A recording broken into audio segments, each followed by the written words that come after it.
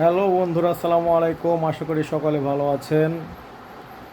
আর আমরা আছি খুব প্যারার মধ্যে, সেটা হচ্ছে বর্তমানে আমরা অবস্থান করতেছি রংপুর খামার মোড়ে। মোবাইল সার্ভিসিং লেভেল 3 করার জন্য আসছি। তো এইখানে খাবার যেটা, সেটা হচ্ছে কোনো ঝোল নাই, ঝোল ভাত হয় না এখানে, শুধু সবজি ভাজি এগুলো হয়। মাছ ভাজি, সাথে হচ্ছে পাতলা ডাল।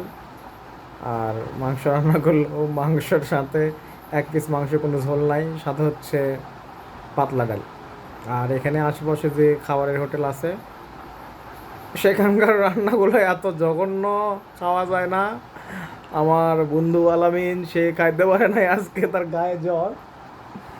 তো স্মৃতি হিসাবে ভিডিও করে রাখতেছি, মানে জীবনের একটা সময় যখন মনে পড়বে তখন এই ভিডিওগুলো আমি দেখবো। যার কারণে আর রংপুরে কার কার বাসা অবশ্যই কমেন্ট করে জানাবেন।